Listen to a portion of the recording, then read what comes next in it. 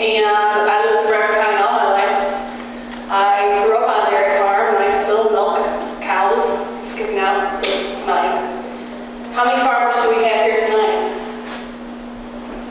Good. I'm glad you're here.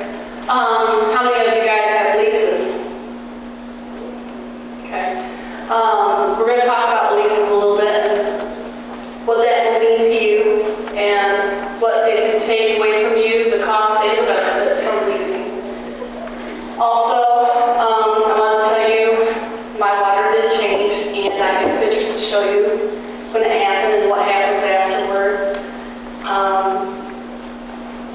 About 2006, we signed a lease. We were excited to have a lease. We even held meetings in our garage. They sold it as if it was a lottery ticket. One of us would be a winner if we had a well put on our property. 2 years later, our neighbor had a well put on her property, and it was an emotional roller coaster. It's like, oh my God, she won the $1 million. And then about a month, 2 months later, we realized that that's not the case. There was a test well where we have a differential thing called Clean Green Act, where you have to pay back penalty of 7 years back to the county. So we thought we had that all taken care of in our lease. Come to find out, the gas company said we'll only pay the $3,000 for the acres that was disturbed, not the whole entire parcel. The farmer ended up paying $20,000 back to the county, and they still have not received royalties because it was only a test well. Little things like that we're not aware of. So today we're going to do a presentation called The Change. Carolyn's going to introduce herself first. Hi, my name is Carolyn Knapp, and I'm an organic dairy farmer living in Bradford County. At one time, I was a believer in the natural gas will save America by making us energy independent. When my family moved to the area in 1987, we knew the risks that were involved in farming, and we were willing to accept those risks in exchange for the quality of life that our family would be receiving. When the natural gas industry decided to target our region, the risks of their operations were not disclosed to us. It was not until harm started coming to our neighbors that we began to see what risks we might have to accept. It was then that we believed that our state agencies would enforce the legislation designed to protect us. We were sadly mistaken. There are many negative economic, social, health issues caused by this industry that are not disclosed or talked about by those who have the responsibility to protect us. Well pads are highly industrialized, risky operations. The transportation of the necessary chemicals and waste is dangerous. Installation and maintenance of pipeline and equipment is hazardous. In the whole, the natural gas industry increases the risks that my family and others are subjected to substantially. When they decide to frack your farm or your neighbor's farm, this will forever change your life. And it may not be the change that you're anticipating. It could mean a substantial loss of land, loss of quality of air, soil, and water. The loss of water quality could result in your inability to produce marketable milk or crops. Those losses would stop your income. Those losses would decrease your property value, and your retirement would be destroyed. Then the royalties that you expect to receive from your share of the lease might fall short of paying for those costs that you have incurred as a result of the gas activity. If you do not believe that this could happen, it's happening to the two of us. It's happening to many in Bradford County. Of course, there will be some winners, but the vast majority of the people will be losers. My family has learned that the risks we have been unknowingly assuming are not the ones that we're comfortable with. We are not willing to assume the risk of contaminating our lands and that of our neighbors. And my family is not willing to sacrifice all that we have worked for with only the hope of recovering that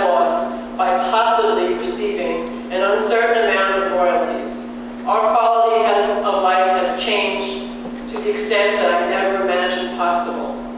And now Carolyn and I are going to explain some of the risks that are involved, and she's going to introduce herself first too. All right, here we go. First thing, we're kind of slow until we get warmed up. We're getting older. So bear with us. Don't fall asleep in the first half because it gets better at the end. First thing is industrial positives. What we have heard from the industries, they always say we're bringing jobs to the area.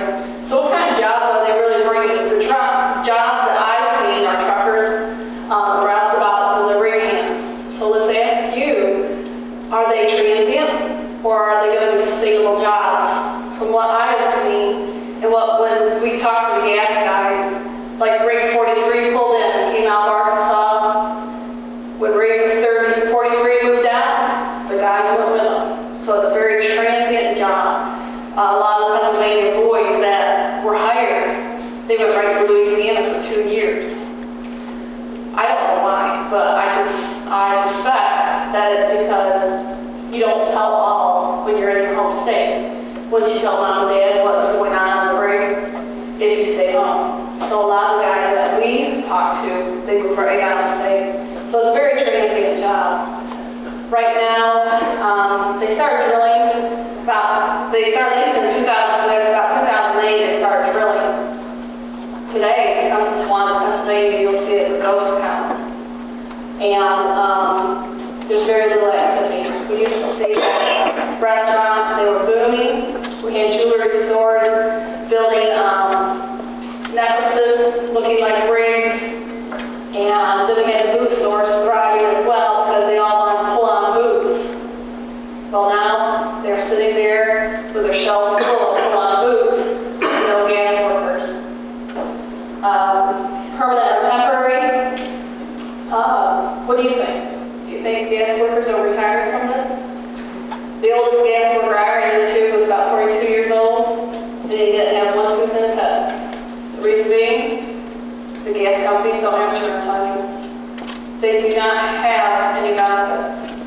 The people that I've seen, when they're injured, they go to the hospital, your field manager takes you there, and then they pay cash. You're not allowed to stay overnight. I have a tenant house. On December 21st, we had a young man that was a fracker. He was stuck in Louisiana for 2 years. Then they took him and transported him to Texas. He worked 100 hours a week. He made $170,000. He could not stay awake for 24-hour periods. So his field manager gave him bath salts. On December 21st, he committed suicide. The survival rate of bath salts is 1%. If you want to work for the gas company, they brag about what great jobs they have. They don't tell you about the rest. We have a crime rate, we have a drug problem. We have all these problems now because I blame it on the gas industry. It was a sleepy little town. Bradford County was rolling hills and farms. I don't see that now. You got more? Okay, next slide.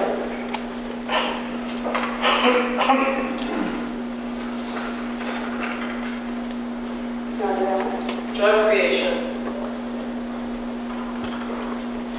Most of the people that were employed in our area had previous jobs. Some of them were employed by the dairy industry driving milk trucks. Well, when the gas companies came in and were paying higher wages, the milk truck haulers went with the gas companies. So what happened was our cooperative then required that we pay an additional fee for trucking so that they could hire more milk haulers at a higher rate. So the farmer had to suffer the increase of the risks because of the gas industry. But now, what's happened is those jobs where the milk haulers are filled, the water trucks, they're getting laid off. Those people that were once employed with the milk haulers no longer have that employment because someone else stepped in. So they had unemployment. We also had 33 farms go out in 2011. With those farms leaving, for various reasons, a lot of them will leave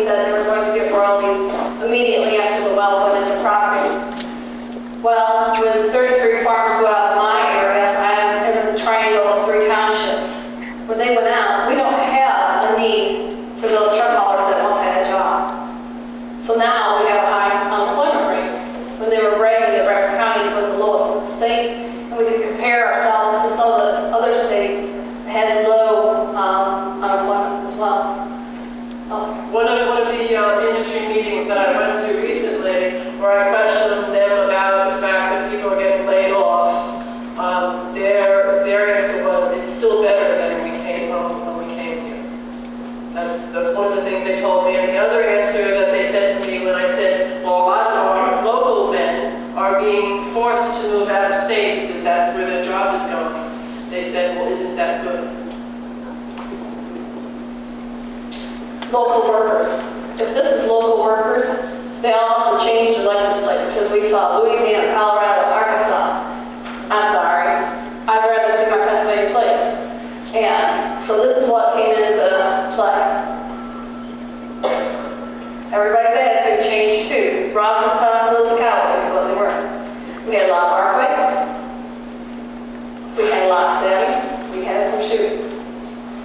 And a lot of young, unwed mothers right now.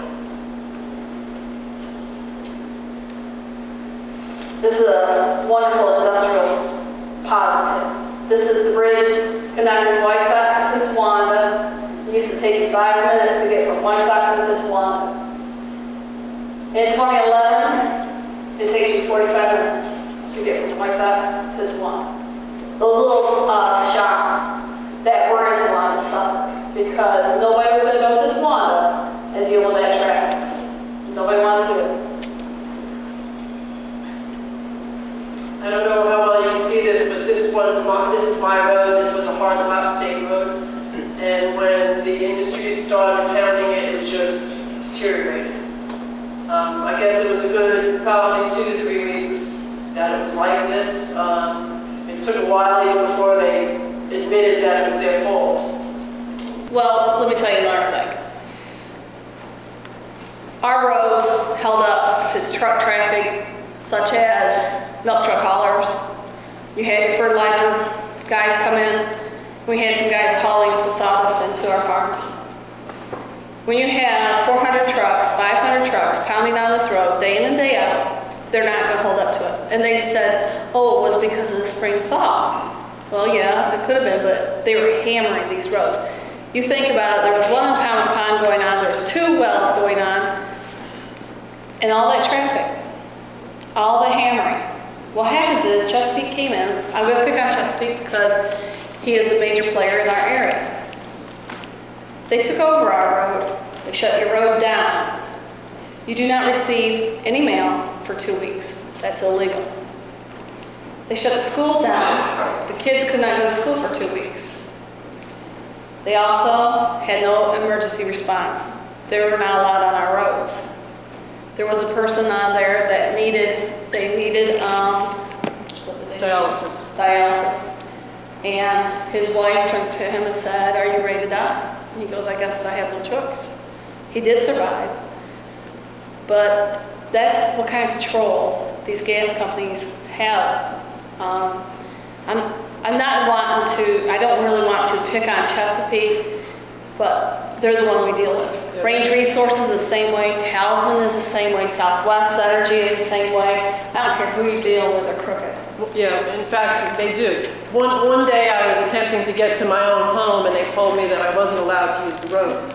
And I told them I was going to go. They told me they were going to take my license away. I said, you're not going to take it away, I'm going. So I went. But then when I called PennDOT up about it, PennDOT did tell me that Chesapeake is fixing the road, so Chesapeake decided who goes on the road. So that was PennDOT's answer to me. We did see some positive changes. This is a little old lady. Her sisters live with her. They're probably in their 80s. Right behind the brown barn, to the left, there's little green silos. They're the condensation tanks. She has 3 wells placed on there by Talisman, a Canadian company. She had 4 impound ponds put on there also. She received royalty checks for a year. Then after the 2nd year, they decided to stop paying them. They are still taking the gas off the wells, but they're not paying them. With her royalty checks in the beginning, she built herself another barn, and she said life was good. When I checked on Marie again, she was in the hospital, and the sisters didn't know what to do. There's no money coming in. So there's no guarantee on anything. The other thing is with the positives, we see sign-on bonuses. When you sign on a lease, that's when you generate your money. Chesapeake or any other gas company that will come marching in your towns will tell you, don't worry about the bonus money. You might get $85, $500. Take that. The money's in the royalties. It's a lie. Your money is your upfront money if you're going to sign a lease. I can tell you, we have had leases there. We've signed leases for over 40 years. I don't know about up here in New York State. We used to sign for $1, then $5, and we signed for $85. And the neighbor, 2 years ago, he signed for $6,500 an acre. We do know some farms that were offered $15,000 an acre. So the money was there. Agreements, you can make money on agreements through the pipeline, compressor station, and the impoundment ponds. You also can make money on selling your subsurface, your mineral interest. And if you do that, you sell your mineral interest, you do not receive royalties. That's one thing people in Pennsylvania do not understand. You sell your mineral interest, you own nothing. So this one guy, he sold his mineral interest, he got $70,000, bought a brand new tractor. Because the royalties are going to be rolling in, he didn't need that $70,000. Little does he know, he's not going to get anything. In the state of Pennsylvania, if you do not own your subsurface, you cannot control the surface. So if you have a crop of corn and you sold your subsurface, that owner can sign a pipeline agreement and allow the pipeline to go through your corn, and you have no say about it, and you lose the quality of corn and the value of the corn. It's not there. The other guy makes the money. I don't know about the state of Pennsylvania or New York State. What Carol's talking about, just let me clear that up a little bit, it's selling the mineral rights. It's what's left of your mineral rights after you've already leased it. So if you kept its 20% share or a 12.5% share of your mineral rights, what's left of it, they still want. Like the latest letter that I got, I have a file filled with letters of people who've contacted me all over the world and country that want that piece of that 12.5. And the last time I called them up, they were going to offer me $3,500 an acre for that 12.5. So that's just to clarify that. A lot of people don't know that. You want to move on, right? Okay. Yeah. So what happens is when you sign a lease, you become a prudent partner with the gas company. What does that mean to you guys? What that means is you become liable for the debts of the gas company. We have farmers that have wells placed on the property, and the gas company, Chesapeake, and Townsend did not pay the driller for the drilling the well. Some of those debts are from $2,000 to $196,000. So what happened is the driller makes out a mechanic's lien. They list the farmer and the gas company as liable because they are prudent partners. So if Chesapeake decides not to pay the $196,000, it goes against the farmer. In Pennsylvania, we have a mechanic's lien law that says you must pay the mechanic's lien within 2 years or else you face bankruptcy. We just started seeing some more mechanic's liens come out. Some of them are $1.2 million.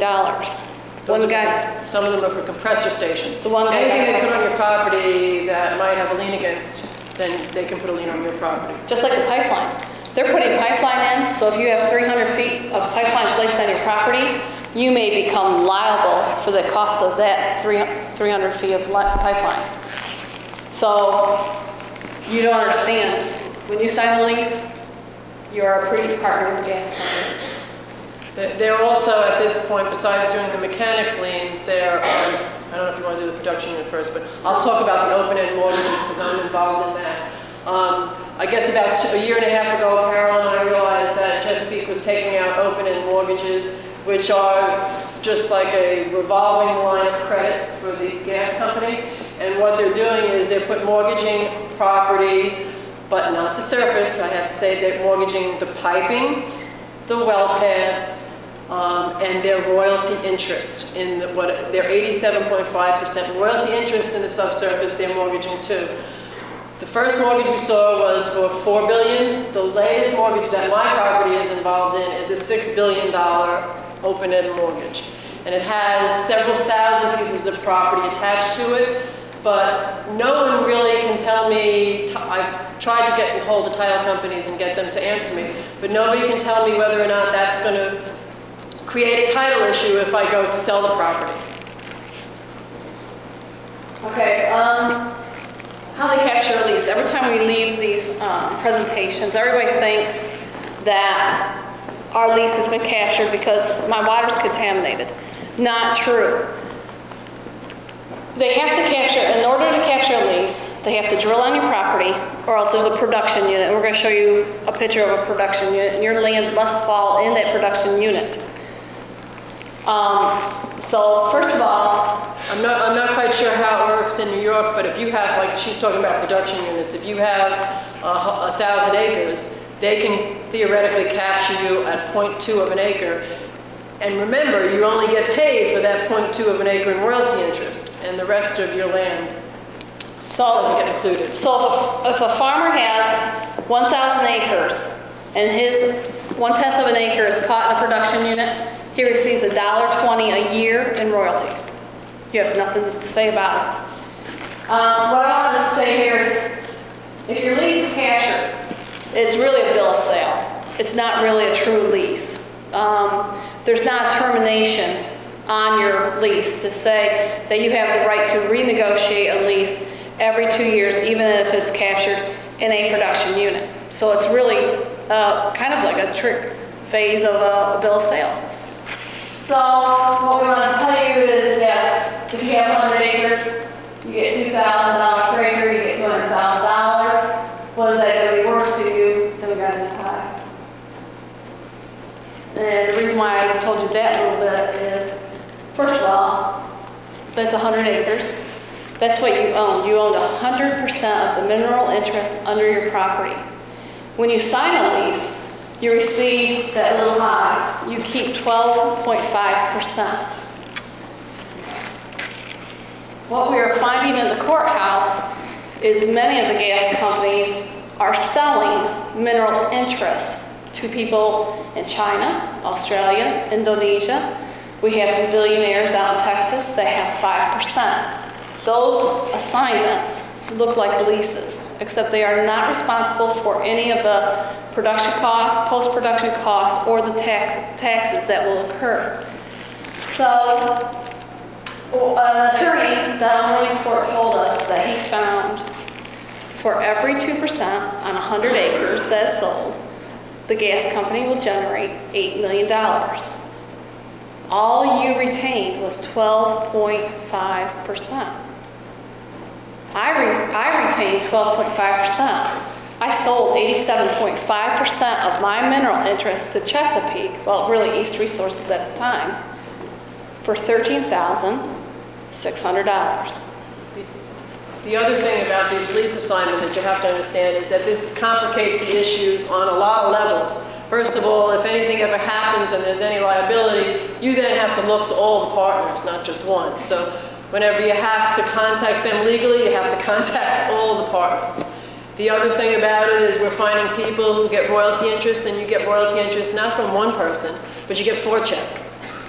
You get 5 checks. You get whatever checks they decide to give you, when they decide to give it to you, and at what price. Each one of those royalty interest persons can theoretically sometimes establish their own price of the gas.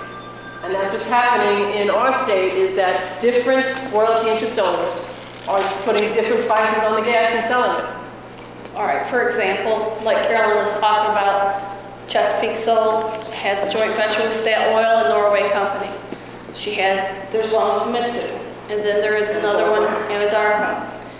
So Mitsui was selling the gas, I think it was $1.06 per MCI. Then you receive your royalties from that. Chesapeake claims that they're only selling $2.07.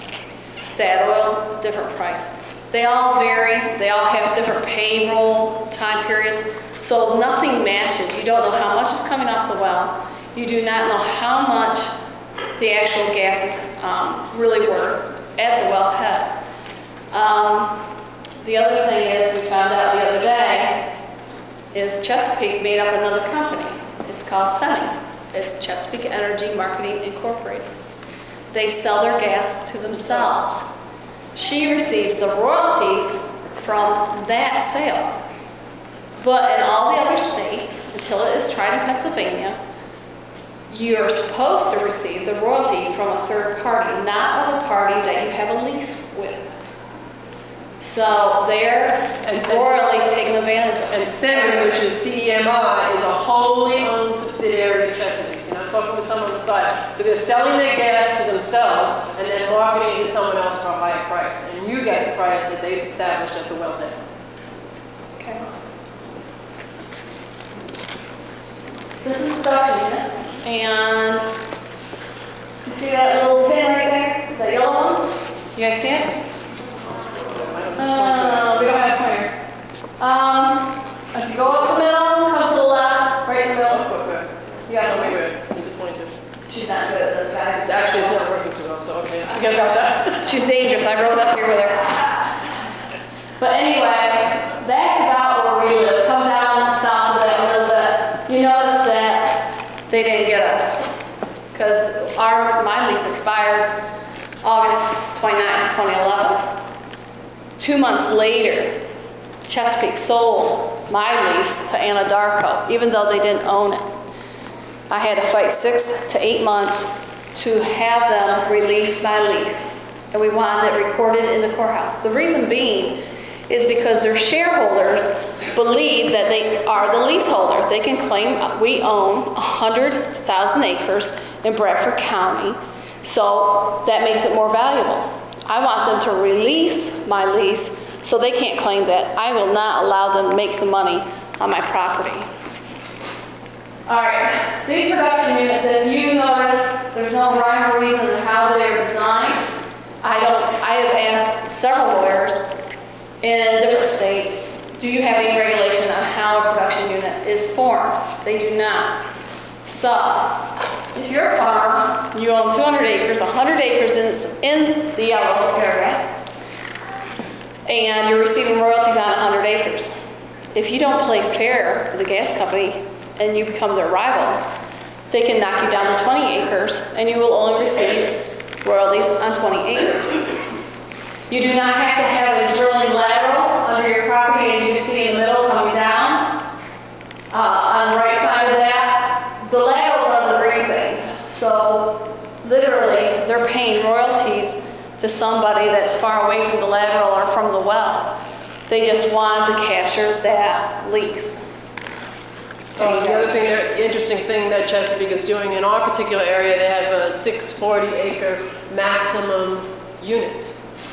So Chesapeake is now drilling a well pad and they're splitting the well pad into different units. So on one well pad, they have 2, maybe 3 units, depending on how they can arrange it. To me, that's not right because that's not what it's, you're supposed to have a 640-acre unit, but they're stretching the limits and being able to make more than one unit out of a well pad. Because landowners are not aware. They know that they have a 640 agreement in their lease, but the gas company doesn't tell you if the lateral is going north or south. So you believe that the lateral is going south, it's on your property, okay, we're in that unit. But you're not aware that the landowners north of you were put in a unit also. So really they created 1280 units out of one well. They went against the lease. I don't know if you guys are aware of this. Some of the old leases said that if a machinery was placed on your property, they captured your lease. A lot of people were captured that way. They don't even have any drilling done on their property. They also could put a stake in the ground that could capture your lease. You'll be captured in the lease and receive no royalties. They also have a thing called declaration of pooling.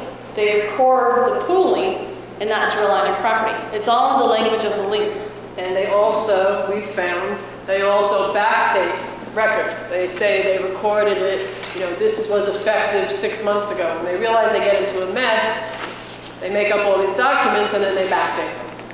And they're allowed to record them, and no one has challenged them as of yet. They also said that when they create a production unit, some of them, like our lease said, that the well must be producing. What do you think that means? If you have to have a back page on your lease that has terminology, which says, well, the gas company believes that producing is bringing the gas to the surface of the earth. Therefore, you won't receive royalties, but it is a producing well. In our mind, as well as all you believe that producing is gas going online, going to market. That's not so. So there is no regulating or on the production units and how they're formed. There were also last year, at the end of last year when they were in this mad rush, there were a lot of well pads just being what the industry calls spudded. And all it is a small drill into the ground and they make a unit, but it's not going to be in production for a long time, but that allows them to do this pooling, which allows them to capture your lease.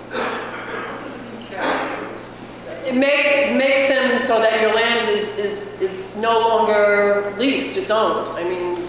All right, capturing a lease. You get to renegotiate a lease if your lease expires. You have a primary term. And a secondary term. All right. The primary term is the lease. It says it expires by August 29th, 2011. And we were specific. There was no 5-year extension on it, so there's no extension. They captured the lease by the terms of the lease. So in other words, my term said that they had to bring the well into production. They drill the well on my neighbor. They brought to production because they brought the gas to the surface of the earth. And it did not have to go to the market. It just had to come to the surface of the earth. No one explained to us that it didn't, when we thought of production, we thought that it was going to go to market and we were going to be getting royalty checks and everything, that's the way it was going to work. But no, gas to production means all they got to do is bring it to the surface of the earth. See, when you're working with the industry, you have to learn their terminology or tell them to say it your way. So of course you didn't get paid to go at the market. Right.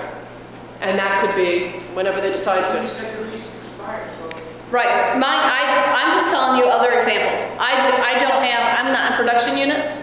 My lease expired. All I have is contaminated water. So yours was actually the lease? We did have a lease. Yes, we did sign. In fact, we had leases on all the properties. Some of the leases were 20 years old. They were just automatic renewals. Our lease we negotiated August 29th, 2006, had no extension. It expired August 29th, 2011. But Chesapeake sold it to Anadarko 2 months later. Okay. But once they capture a lease through the production units, like we're showing, then you're done. There is no more negotiating. You might as look at that as a bill of sale. Because then, when you go back to the pie, that becomes recognized. The sales become recognized. You can tell when your property is going to be captured because you can go down to the courthouse and you will see all these sales of mineral interests on your property. Plus you start getting letters and phone calls that ask if you want to sell your remainder of your mineral rights.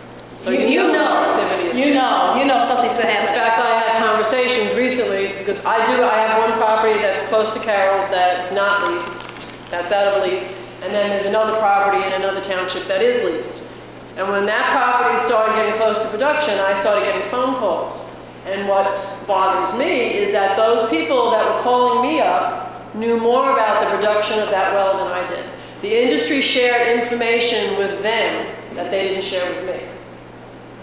And I feel that is not fair since I'm a prudent partner in their liabilities. I ought to be a prudent partner in knowing what's going on.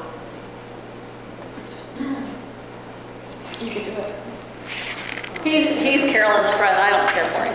You don't care for him? This happens to be Terry Engelder, and I don't know if you know him or of him. He happens to be Penn State's mouth when it comes to natural gas. Carol and I were at a seminar that I explained as very, very hard for me to sit through because I sat in the audience. Somebody told me, Terry Engelder, he told me that there are some people people in this region that are going to have to be willing to sacrifice. You will have to be the sacrificial lambs so that this country can be energy independent.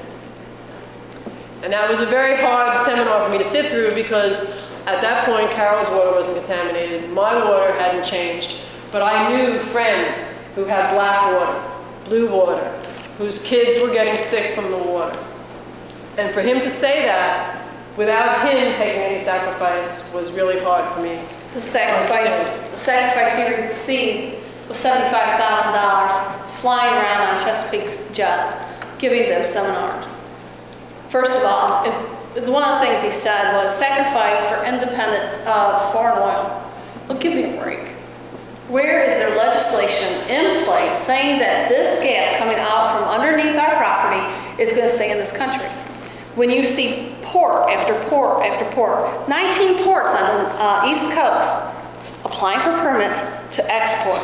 Now Carolyn here and Nate went to China last year in April. It's an industrial revolution. They need our natural gas. How many trillion of dollars do we owe China? I think we owe them. We are to sacrifice for China or whomever else wants to buy.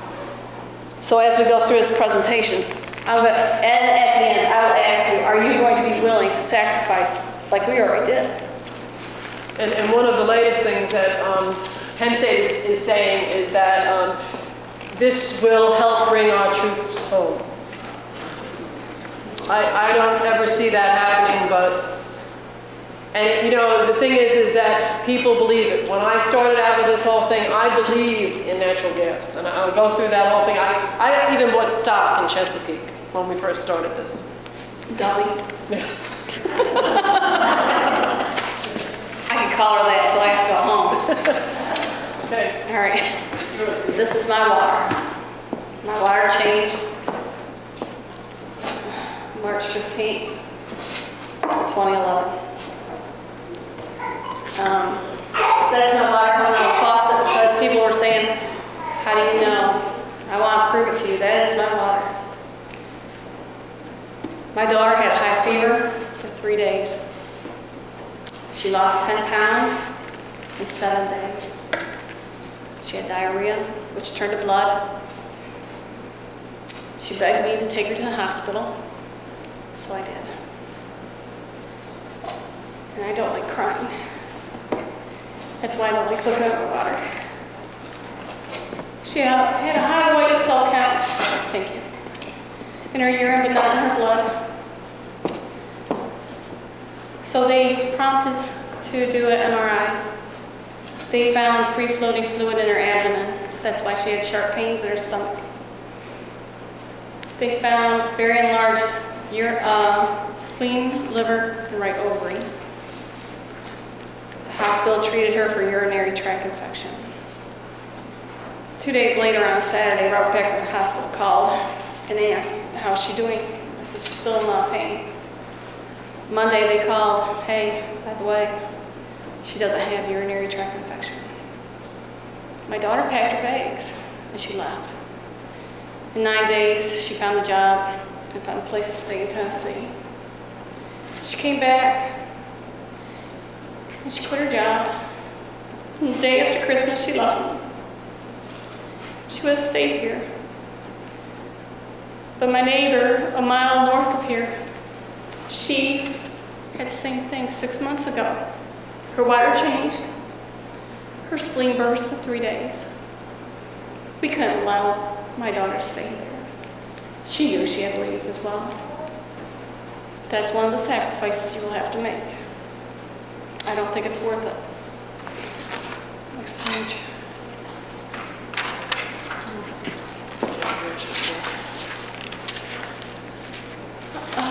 They tell you that their casings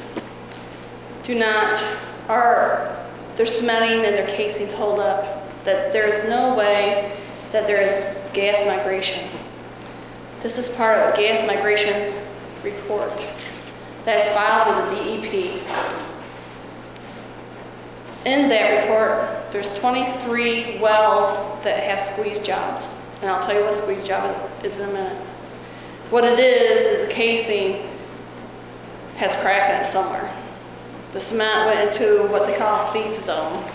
When they show you those perfect little pictures, it looks like a solid rock. In reality, it's just like what we live on up in here. There's hills and valleys and there's holes and caverns. When they pour 190 barrels of cement down in the casing to support the casing, not to support your aquifer, it can make it into a thief zone or a void. When that happens, the casing the integrity of the casing will diminish. This is a Pittsburgh well. That water is like my water. You also could tell when it bubbles. At the bottom of this, it'll show us the interval and how much cement they're putting in there. You were talking about the case with the 3 houses. We have pictures of them in a minute. We'll show you. In that area, in Terry Township, 23 wells had to be squeezed out of 68 wells drilled. That's more than 30%, but they're claiming that they have not contaminated one well.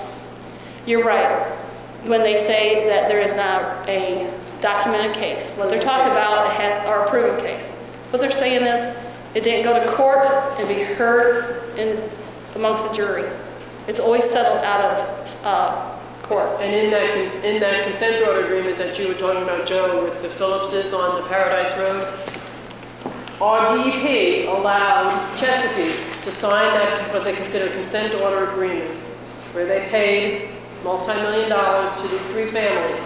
But Chesapeake reiterated in that agreement several times, we do not accept responsibility for contamination of the wells.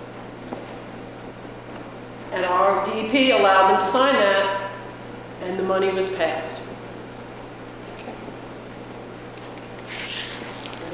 And with these casing issues, the casing issues are the biggest issues, the biggest aquifer contamination issues.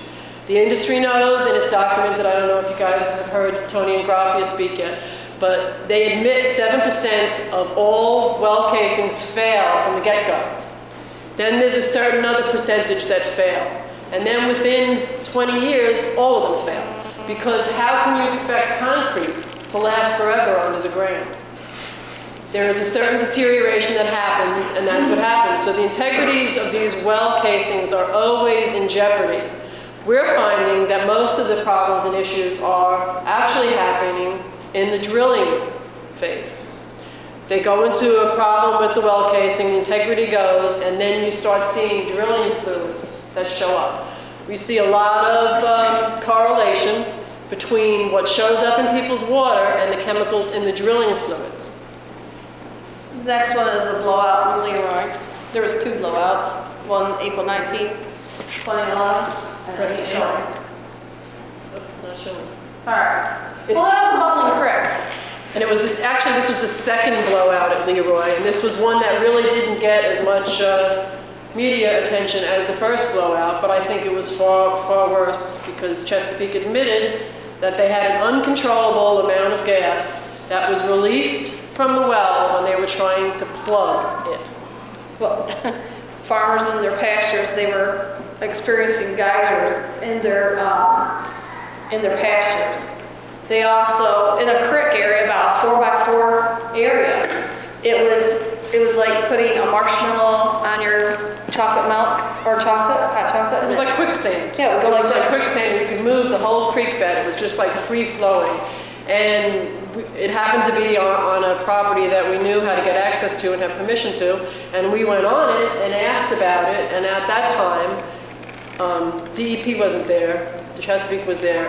Chesapeake was investigating it, and we asked DEP who's investigating it, and they told me Chesapeake was in charge of the investigation. Kind of like the fox in the hen house, right?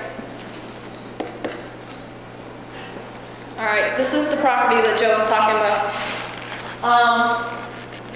Yes, these are $400,000 homes, 3 of them. Once their water changed,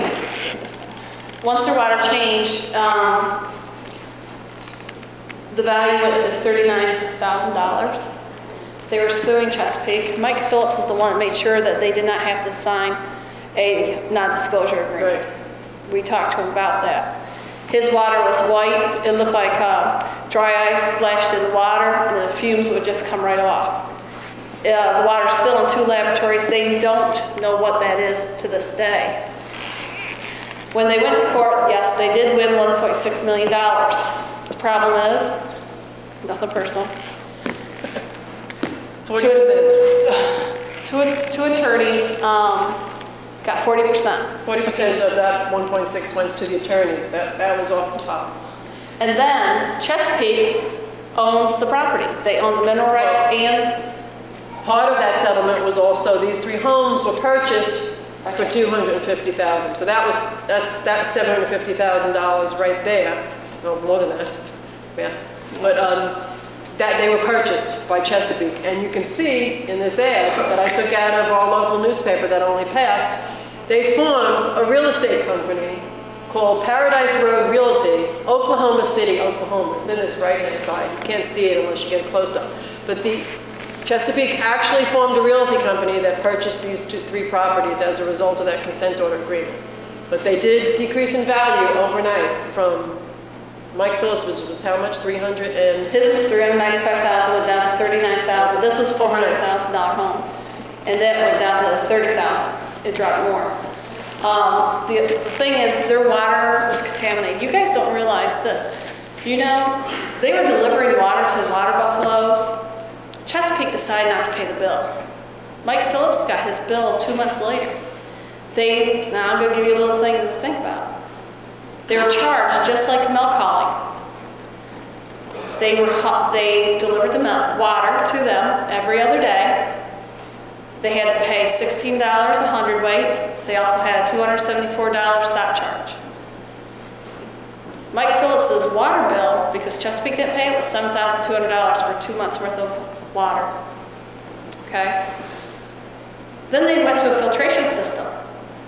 It's a $500 filtration filter. Every month you have to change it. Do you think Chesapeake paid for it? No. So really it was a godsend that these 3 families got out of their homes. The one family, she became pregnant while they were waiting for DEP to make a determination on the water. And the baby is ill now. It has some problems. And the mother will swear up and down that it's because of the water. I forgot to tell you about my water. I called DEP to test my water a year ago. DEP said, why don't you have Chesapeake test it? And I said, no, I'm not going to. To this day, DEP will not test my water. Reason being, I asked them to abide by the state oil and gas law. That was to make a determination on my water 45 days after testing. They said they couldn't do it. They said the tests take too long. I don't really care. I know some tests are 2 weeks, some tests are 8 weeks. It was after the testing was complete, make a determination 45 days later. They refused to. So nobody supplies me water. I buy my own water. My cows drink this water. And the reason that came about and why Carol and I started putting in those requirements for DEP were because of the things we were learning about DEP. This happens to be a letter from the Pennsylvania Department of Environmental Protection that was sent to Mike Phillips. And anybody can read it, but he put in a complaint on 7/13/2010. They came and tested the water on 7/15/2010. They didn't give him the results until 10/1/2010, at the point when they told him his water was bad. So there is no reason why a family should be drinking contaminated water for 3 months. I have a question. What about the health department? Could it be district water? No. In order for me to have water replaced, I would have to have the state agency test my water and prove or make a determination whether it's contaminated or not, in order for anybody to supply me water. So it could be like a county health department or it had to be. The county, are you kidding me? New York State Health Department, section water. Right, we were talking about, they're the ones that are really working on your side the most. Right now, See, is your health all right, department. it's good to test the water. I understand maybe there is another agency that could do it, but then you have to find out who is the cause of that change. Does the health department have the right to determine that and make the gas company provide water, or does your state agency hold that position? Yeah, I don't know where the authority is. Oops. Changing it. Okay. Changing air. This is another well, one of 9 wells surrounding our home. This is during a fracking period. That's silica sand that's going up in the air. There was an operation that was close to my daughter, about, I guess, 500 to 1,000 feet from her home.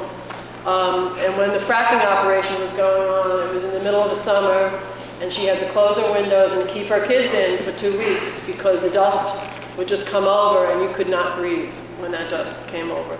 The industry will tell you it's just sand, just like the sand your kids play in, but it's not.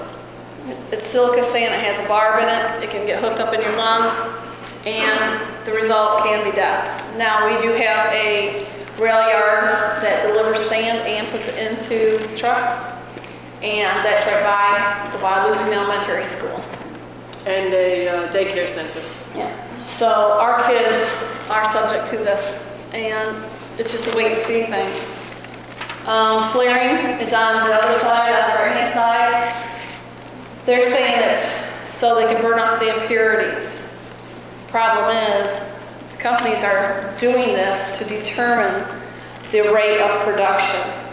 Other states in the country, it's illegal in West Virginia to flare. There are other ways to determine the rate of production. And this type of flaring is getting closer and closer to homes. I mean, this can happen. We have pictures that it happens right behind your house. So everything is changing. And this is my cow. Is that my cow? No, you went backwards. Go forward. That's my jaw. That's my cow. She was a Jersey girl. She was a 5-year-old. I have rashes on my arms. I had rashes on my breasts. And Carolyn and I used to run around Bradford County in our spare time last year, talking to just anybody that would talk to us. And I'm having problems. What happened was, we had a rash right between your butt crack. It itches like crazy. And we were finding men, women would not discuss this with you, but it was the common factor that everybody had this rash. My rash coincided with my cows. I wasn't drinking water at the time, but they were, but I had to shower in that white stuff. That water is really heavy. The activity has slowed down in the last about 6-7 months, so my water has kind of stabilized. I haven't really seen a lot of white water, so my rashes are gone. I do have permanent marks on my arm where it was coming off my body. Kind of reminds me of a chicken pox. It would swell up like a volcano, and it would have like a white pimple thing on top. It would never bust. It would sink in, and it would come into like a black scab. And when they would fall off, they would bleed. I would have blood marks in my bed all over the place. It was just, you would bleed. And this was a good rash. Some of the rashes that were on my cows, literally the whole skin would lift right off. It was about the size of my hand, just lift right off. I called the veterinarian, and she says, "Oh no, watch your tails." I said, "Why?" In Pittsburgh, the tails are falling off once the skin falls off. So there are major problems going on. Only a 5-year-old. We had to sell her because she got to the point where she couldn't get up. Her rear end wasn't working. And I still believe it's because of that water. And we're also, with our herd, we're finding that they are now switching and they prefer to drink out of the creek instead of drinking out of the barn water. In fact, at one point last winter, when we were experiencing the difficulties in the water situation, the cows refused to drink the water for 3 days. They know they're a better sense of what's in the water than we are. And for me, I look at it that my herd and Carol's herd and a lot of other people's are going to be the tell-all for a lot of things and a lot of people's animals. You'll see, we know people that have cats and dogs, and the dogs won't drink the water. We had a family who had been breeding Newfoundlands. She lost the sterility in four of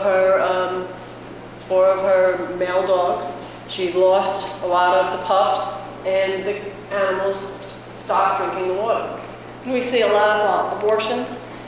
The cows aborting calves, and also we're having a problem breeding right now. And it's so, think about it, my daughter had enlarged ovary. People are having problems with breeding as well. These are our rashes. I don't know if you guys can see that. If the lights were down. This is Carolyn's husband, that's his leg. In fact, we both had it all over our body in 2011. That's when we were really getting saturated with water. And that's my arm. I still have the scars from that. I don't know, my rashes kind of let up, but your husband's? It's let up too. The other thing about it is that what you have to understand is that it isn't constant. So you feel like a guinea pig all the time. You wonder whether your water's going to be bad today, tomorrow, and it seems to coincide with the activity that goes on in the area. So right now they're at a lull. So when they start coming back and drilling again, we can almost anticipate that there's something that's going to happen to our water again because of things going on. Other symptoms besides the rashes are intestinal problems. There's a lot of nosebleeds. There's fatigue, enlarged organs, and brain function. I always thought it's because I was getting older, but I'm forgetting where I'm at anymore. All right, you guys are really big in tourism, as we are. Once this starts taking place, you see the wells come in. How many people do you think are going to want to wander into your little sleepy towns, visit on a fall crisp day, look at your fall foliage? How many are going to do the wine touring testing the wine? You know, how about hunting? How's that going to affect the wildlife? You guys don't even really think about it. We didn't think about that. And the only tourists we have right now are reporters coming to our house. They always ask to use the bathroom. Not one of them will wash their hands in my water. So that's the things I notice now. And we did have one. We had the gentleman from Ireland. Oh, he actually tasted the water. Yes. He goes, ew, that tastes like metal. So anyway, let's talk about food. Everybody says, okay, those cows are drinking that water. You're still shipping your milk. Yes, I am. Because I meet FDA standards. The standards are bacteria and E. coli.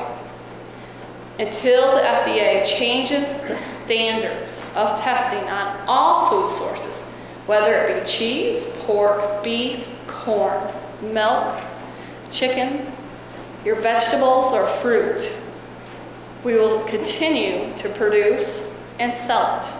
They must change the standards and test according to the industry that is operating around the producer.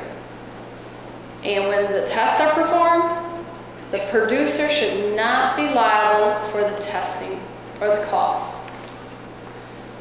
But it must be independently done.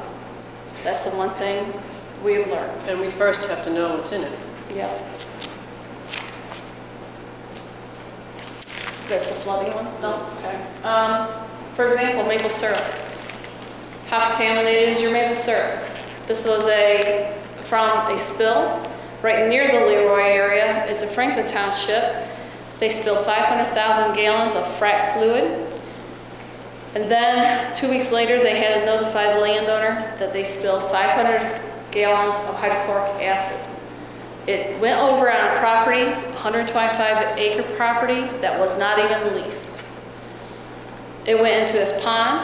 It killed a lot of trees. And at first when we saw this, Carolyn and I just stumbled on this. It was 3 weeks into the process. and that already made it up into the tree. The bark was literally falling off. DEP told Chesapeake, cut the trees down and bury them. We were lucky enough to get the pictures. We knew that they were there.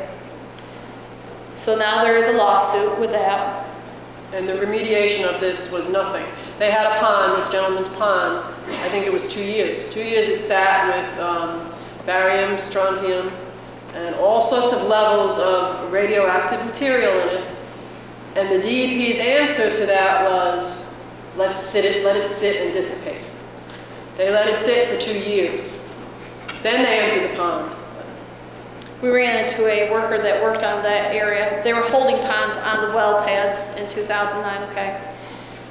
Well, the liner was ripped, so they emptied that holding pond. They dipped our neighbor into it and to fix it. He says, great equipment. It was duct tape. They pulled him out. 5 days later, they filled it up. It didn't hold. They ripped the liner out and let it go. He goes, I will tell anybody, they just pulled the liner and let it go and shoot off into that guy's property. There are pictures in DEP. It's a very orange and dark black slimy look where it's at. The remediation was to plant 235 trees in that area, 3 different species. And the agreement between Chesapeake and this, the remediator was you have to replace any dead trees within that year. They knew those trees that were in that pathway would not survive. I said, well, that's kind of a stupid thing to do because you guys are going to go in debt because you're going to be replacing those trees all the time. There's nothing that's going to grow there where that is spilled. It's still a gray, slimy looking pathway where it's at. Okay, this is my flood. Okay, this is the flood of September 8th, 2011. They told us they were not going to place gas wells in flood zones. They did. After the heavy rain, that was just drilled. The contaminants went in the Susquehanna River. That's going downstream. That also is going into our soil. That's where our crops are growing. We have corn. We have corn crops. We have vegetable gardens that are contaminated now. So that's another way of contaminating your soil. Another one. Change in the agricultural use. As a farmer, I believe farming is a sustainable job. Even though we don't get paid well, you know the cows are going to be there in the morning to milk. So it's sustainable to me. But as we watch, the land is ripping up faster than we can watch. This is a well pad. This is a pipeline. We're losing our property over and over and over again. I'll show you another picture. That's an impoundment pond. We have a lot of impoundment ponds being put in. If you look at the plat for them, they're 42 acres. That includes, the pond might not be 42 acres, but where they put the topsoil, and also you have to include the roadway as the road comes up. So that's all coming out of agricultural use. The thing is, the farmer negotiated that agreement, but he did not negotiate the fact that he was going to lose that property for the next 10 years. He should get paid for the loss of use every year it's out of production. The other thing about the pads that you have to understand is they talk about reclamation, all right? There's partial reclamation and full reclamation. The reclamation that they're talking about when they say it all goes back and all you see is one little wellhead is not going to happen probably for 20 years. The reason being is they'll keep coming back and using that pad again to drill another well. There's talks in our area of putting 12 wells on each of these pads. So if they come back, they need that room to operate. The other thing about a well pad that you don't understand when you get into it and sign down for it is they can use that well pad on your property as what they call a staging operation for another well pad. So if they have a pad that's a half a mile away, they can come on your property with their equipment and stage the hydraulic fluid process and then put it in pipelines over the land to the other property, to the other well pad. Most of the time when they have a fracking operation going on most of these well pads, they don't have all the room for all of the equipment. So they need to have staging pads. So that's another thing you have to consider. Your property may be used for a staging operation whenever they want to. Wait a minute. Another thing, Carolyn asked them, you know, you're asking me to sign a fresh water impoundment pond. She goes, what is fresh water? What do you guys think fresh water is? You would think fresh water is something you drink. But here we go about the terminology again. Fresh water, according to the Schlumberger glossary, is that it could be less than 2,000 parts per million of salt water. You ask a hydrogeologist what that means, it's brine water. These are the brine impoundment ponds located in Pittsburgh. They started out as freshwater impoundment ponds. DEP said, yes, you can flip them. I live in Pennsylvania. We didn't even hear about these until we started going down there and talking to these people. DEP knows that they're going to flip those freshwater impoundment ponds that are sitting above my farm on another property. What do you mean flip? Change it from a fresh water into an impoundment pond, which actually has brine. They use it as a storage, you know. Right now they're touting how they recycle the water. Well, their water isn't recycled to 100% of drinking capability. So what they're ultimately going to do is recycle it and dump it into these impoundment ponds and use it for, you know, staging. So it's not going to be what I would consider fresh water, you know, and that's why I asked them their definitions. And their definitions are totally different than our definitions. I don't know if you guys watch CBS News. They were bragging about Greeley, Colorado, that they are putting all these wells in. Well, out there, they have BLM land, which is federal-owned land, and they ranch on them. So they do not own their mineral interest, the subsurface. So they cannot control the surface and the activity on their property. Many people are dying. They have high cancer rate right now, and that's what it looks like. This is what kind of land use. It's going out of use. Those are pads?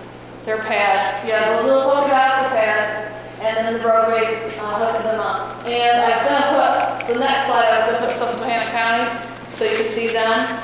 Just take about, I would say about 10% of them out of there, you have Susquehanna County right now. Are you saying it's all vegetation? No, I'm not. That's just where they are doing it. This is on the outside of Greeley, so I'm thinking that this is probably just ranch land that cannot, you know, you just ranch your cows on.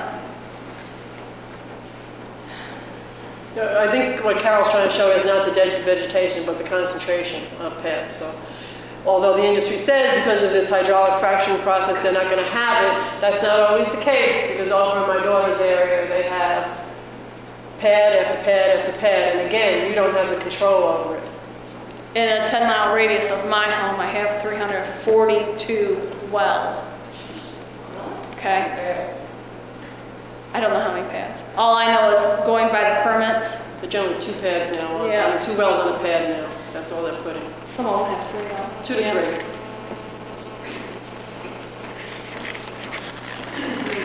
3. These are some of the community disadvantages that we're seeing.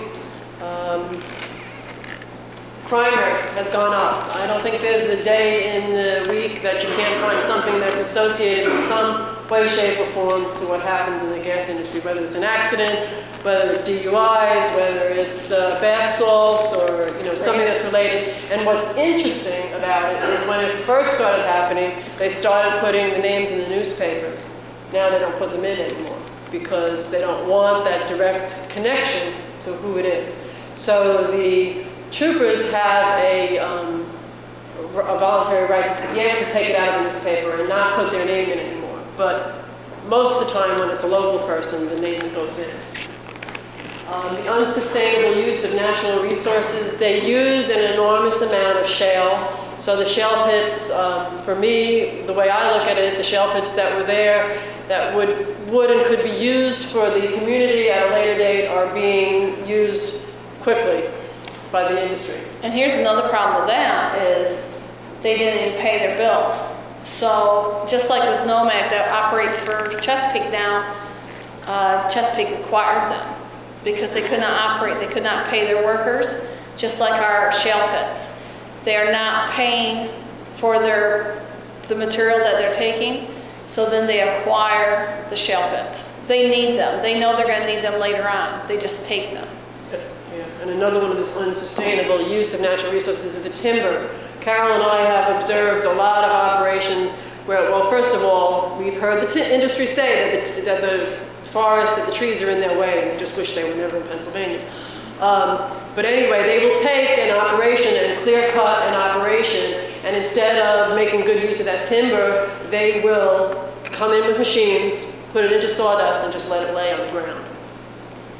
So that, to me, that's a shame. No.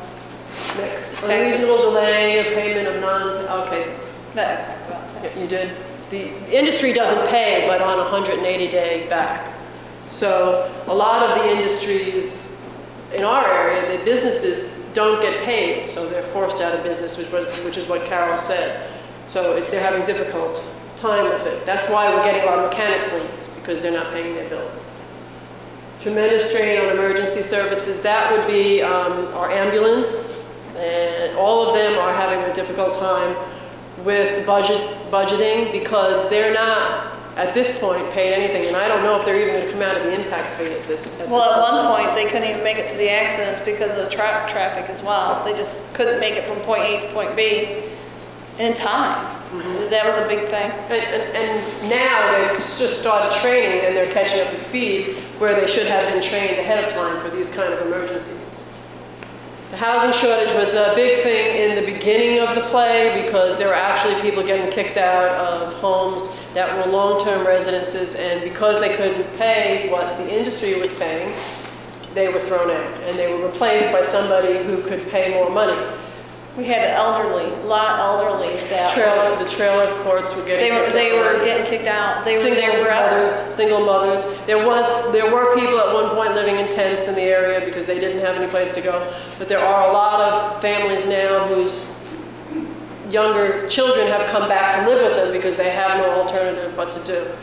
But now we see an enormous amount of hotels. I don't know what they're going to do with all the hotels. I think we have 5 new hotels coming up in the area. Well, there's 9. There's 9 total. But, you know, I don't know what they're going to do when all these are empty. So. Plus we have a man camp. That's a 4-story man camp that's going in as well. So what they know, I don't know. But so the housing isn't so bad now, but they're building these hotels for the workers that are there now, but then when the workers leave, then there's going to be this.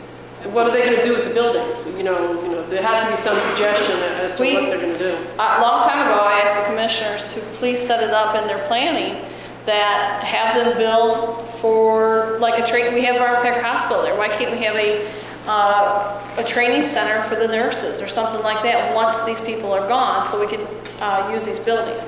But I got a feeling after watching how the gas companies operate and the people that work for them, I think these places are going to be trashed because they're in there to have fun. Again, they're rough and tough, and they're out of there. They rent these properties, they ruin your bathtubs, they ruin everything. The one guy they picked up in the middle of the night, they took the washer and dryer, the refrigerator, they took all their other belongings, the owner's belongings with them, took them back to Texas with them. So, I mean, they're just roughhousing. And the majority of the people that are in the industry want to rent. They don't want to own because the way they move around, plus they don't want, they don't want to have this home here. There are some in the administration that are buying homes, but very few. And the road damage, I think we already discussed that, but Carol and I have openly stated that at this point we're not sure whether the damage that they use to pay, in other words, the road damage, what they spend on the road, they have not denied that it doesn't come out of your royalties as a production cost. There's no way to prove it. They've never said that it's not true, but my belief that if they're expending that much money, I think the last toll was like something like $35 million in the roads in our area. They're expending that much, you know that they're going to be getting it back somehow.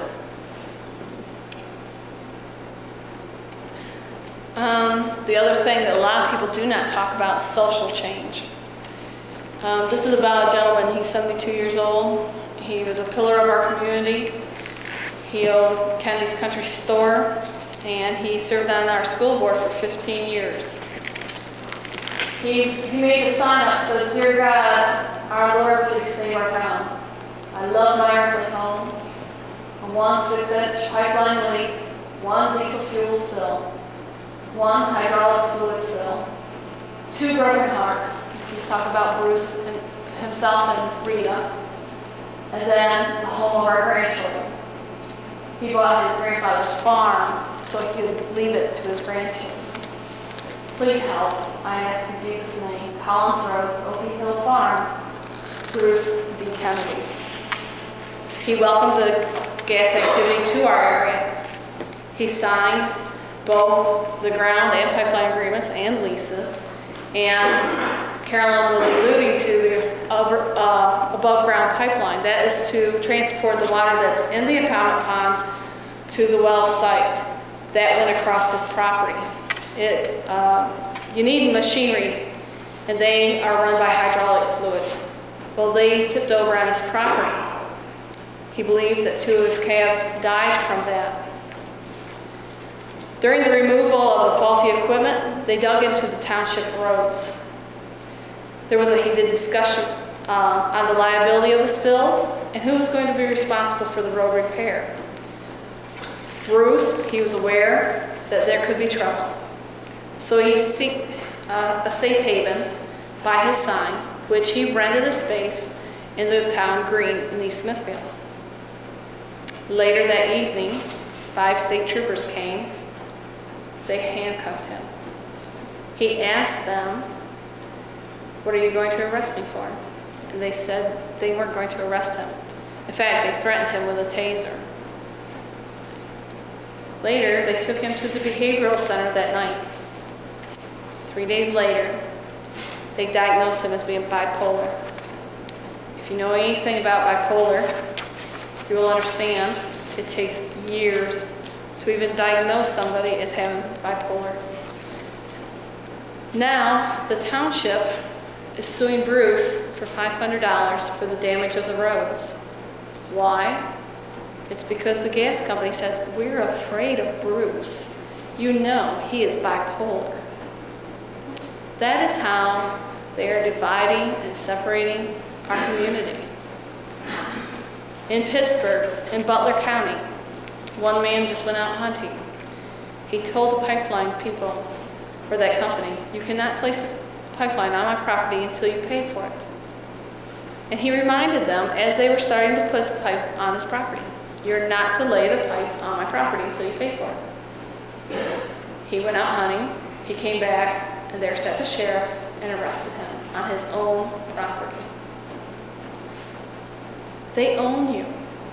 You don't understand that. They control you just because you signed a lease. Their arrogance is hard to explain unless you have experienced it. You gotta live it, and then you'll understand. Next one.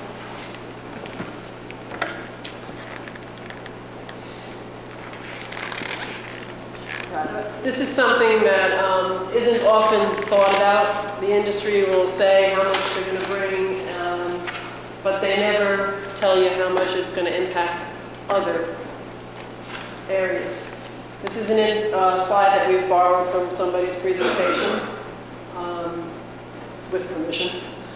But anyway, it just shows how all of the other industries contribute to the whole piece. And if you take away from those industries, you will take far greater than what is going to be given. So you never get the whole picture of what's going to be taken away. You only look at what you're going to get. So we have tourism, we have farms, we have dairy production, we have the wineries, we have the grapes, we have hunting and fishing, we have wildlife. All of that is sustainable income. We've dealt with this all our lives. That's what we know. And all of a sudden the gas company comes, and again, it's a transient, it's a boom and bust, and all they're going to do is pump in $22 billion versus the $392 billion. That is the rebuttal that you use when they come to your house and say, look, we're bringing jobs, we're bringing economic growth. It's bull. Again. Okay. You're going to dance if you don't do it. Okay. Will you sacrifice? Will you guys sacrifice? What is happening in Pennsylvania? Do you think you guys are going to pay the price? I can tell you right now, you all are going to pay the taxes. Somebody is going to have to pay for the environmental and the health costs. What else is there that's costing us? The roads are going to have to be upkeep after they leave, the environmental, the emergency services, all of those things are going to be the burden of the taxpayers that are left behind. The gas that's coming out of our wells have to go to New York City. It has to go to those exports. It has to go to Rochester. I've seen the pipelines up in Rochester. I've seen them going to Buffalo. They're going through your property.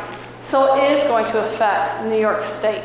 Even though you guys might want a moratorium, you're still going to feel the effects of the natural gas company. Also the compressor stations. If you have gas going through those pipelines, you need something to push it up the line to its marketplace. And we're learning that there's going to be far more compressor stations than the industry ever admitted to.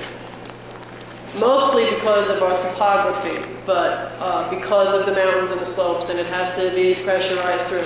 But we're seeing compressor stations after compressor stations getting pushed in Pennsylvania. There's one area, I think it's down in the Susquehanna area, that's getting 5 compressor stations in. And all of these, what you have to also understand about the compressor stations is it has a lot of air emissions, a lot of noise. And when they're put in, they're all treated as an individual piece. So if you put one in here and another one half a mile down, they're considered individual for the purposes of air emissions, for the purposes of noise. There is no cumulative graph that they use. So if they pump these compressor stations in really close, those people in those areas are doomed. 24/7? Yes. So if your well's producing those compressors, and they have to push the gas on, they're all... And they also blow up. Yes. Yep. Now you can, the one that's, I usually have a photo up here of a 10-stage that's located right above our county seat, Towanda. There's a 10-stage compressor going in there. There's a 12-stage going probably about 15 miles southwest. Pardon? They say, I think it's 59, like it's just 1 decibel below the limit. But the kicker is, who comes around and checks that? They put them in, these things get louder and louder, they add on engines, and who monitors that? What township has money to monitor these things? And then when the people ask for people to come in, it's like, you know, you're an alarmist. But they don't have money. You know, it's great to have all these regulations, but if you don't have the manpower and the money to enforce them, what good are they? Well, also your landfills. We pulled DEP records, and we are seeing that you guys are accepting our waste, which is highly radioactive, up in Bath, New York, Angelica, and Horseheads. There's a few others, but I couldn't remember them. And cheap fertilizer. We have farmers up in the Bruin-Mataga area that are receiving cheap fertilizer, which is the sludge that came out of the well. They bake it down, and then you have the sludge. We send it up to the farmers up in New York State. It goes on your hay fields of corn. That goes into your cows. That corn gets sold. Corn is great for, you got cereal, you have all this stuff corn is used for. How do you know how much contamination is in there? And we were talking about food. The reason why I really wanted to talk about food is, you know, farmers, we own the majority of the land in the United States, but we're only worth 1% of the voting power. So whatever we squeal about doesn't mean anything. But each one of you guys are a consumer. How much can you consume of what we produce until you guys get sick? My hope is that you guys will be our alarm and sound off for us as well, and stand by us and say, look, we're not going to take any contaminated food. You have to change standards. We have to know how the chemicals, what kind of chemicals are going on these grounds, what's in our food, because we can't do it alone. When we were at an ag, talking about food, we were at an ag meeting recently in White Sox, and we had the opportunity to speak to the Secretary of Ag. Oh, yeah. Yeah. And we let him know about the contamination that was going on and the fact that we were both experiencing contaminated water. And he said, gee, I never knew anybody that was contaminated. He says, I haven't heard it firsthand. I said, well, now you're hearing it. And I think Carolyn wrote to him subsequently and has not heard from him since, because he said he was very much interested in it and he wanted to hear more about it. Well, but this is what we generally get, is that people act like they haven't heard it, you know, and it's because they're not looking for it, they don't want to know about it. We had the same instance with Senator York. We asked him to talk about it. Okay. But the Secretary of Ag, the biggest problem with him was, I wrote a letter. The Farm Journal came to our house, and I was a little bit perturbed about how they represented the farmers and how good it was going to be for the farms when they neglected to say that we were going to lose our property because of the use. We lose. If your water becomes contaminated, you lose 80 to 90% of the property value. You can't sell it. We cannot sell our cows. We cannot sell our milk if they come down on us. Claude is 60 years old. Nobody's going to hire him. Our farm was our retirement home. It's worth nothing. So I wrote back to Farm Journal. I said, she goes, if we're going to publish it, you have to write a letter to the editor. That letter was thrown on our state ag's office. He was a little bit ticked about it. So I talked to him about it. He said, I will have something done. I will have DEP test your water. I think that was really 2 months ago. 2 months ago. Mm-hmm. Nothing since. They always shy away. Nobody's doing anything for us. The other thing is health impacts. If you guys are living by those compressor stations, pipeline, or if you are by some of the farms that are receiving some of this cheap fertilizer, expect to have some health effects. You will have some health impacts in New York State because of the drilling in Pennsylvania. You should not accept our waste. I do not think you should. Yeah, that's, I mean, regardless of the moratorium and where it goes and whether you continue to be that way, you're still being impacted by our industry. But will you, New York, change your usage? Did you realize that New York State is the 3rd highest user of natural gas? You have to curb your appetite in order for us, so we do not have to sacrifice for you. It's great that you have a moratorium, but you gotta curb the usage. Change in laws. Act 13, I don't know if you guys are all familiar with that. Maybe Joe could talk a little bit about that, but the one thing that really ticks me off is when my daughter went to the doctors, and if they found any chemicals in her urine or her blood, and when she moved to Tennessee, if she had side effects, the doctor in the Bradford County Hospital in Sayre, Pennsylvania, cannot tell the doctor in Tennessee what they found, because Act 13 made sure those doctors were they're not allowed to disclose the proprietary chemicals that the industry has. So if you're being poisoned by something, they can't tell you what's poisoning you. Also, what really shakes me and gets at me is they took our zoning away from us. We had some zoning in there where we could almost control the gas industry. Well, they took that away. But yet, in the same breath, they turned around and they posted a moratorium on gas drilling in Bucks County and Montgomery County. Why? It's close to Harrisburg. Where do you think our politicians are at? They're protecting themselves. So that's all I have with Act 13. It just took a lot of our rights away from us. In fact, the gas company wrote 23 of the 27 provisions in Act 13. And that particular provision that Joe talked about, that's in regards to the doctors not being able to disclose. I have a quote from our governor who said he doesn't know how it got on the bill. But he signed it. Also, we would like to see there's a lack of regulation on the forming of production units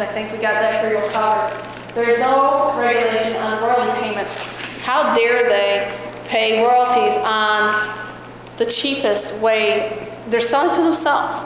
There's nobody doing the accounting on these gas companies to ensure that somebody is going to get paid the proper amount. We're also seeing a lot of erosion and sediment happening in our area. This is another thing, sorry, Bill. Here we go again. Attorneys. A lot of people cannot afford to pay a lawyer to represent them. So here they are, they sign a lease. Now here comes the pipeline company. They want to put a pipeline on your property. They go to a lawyer. The lawyer says, look, I will get your pipeline agreement, or lack of one. I will represent you so you don't have a pipeline on your property, but I get 2% of your royalties. It's agreed. That's a conflict of interest. The person that I'm thinking of did not want pipeline on their property. He made sure they got pipeline on there because he wanted to receive his 2% immediately. It was a conflict of interest. We have seen lawyers put 2%, their name on 2% of the royalties, negotiating leases, the compressor stations. It's just a bad deal.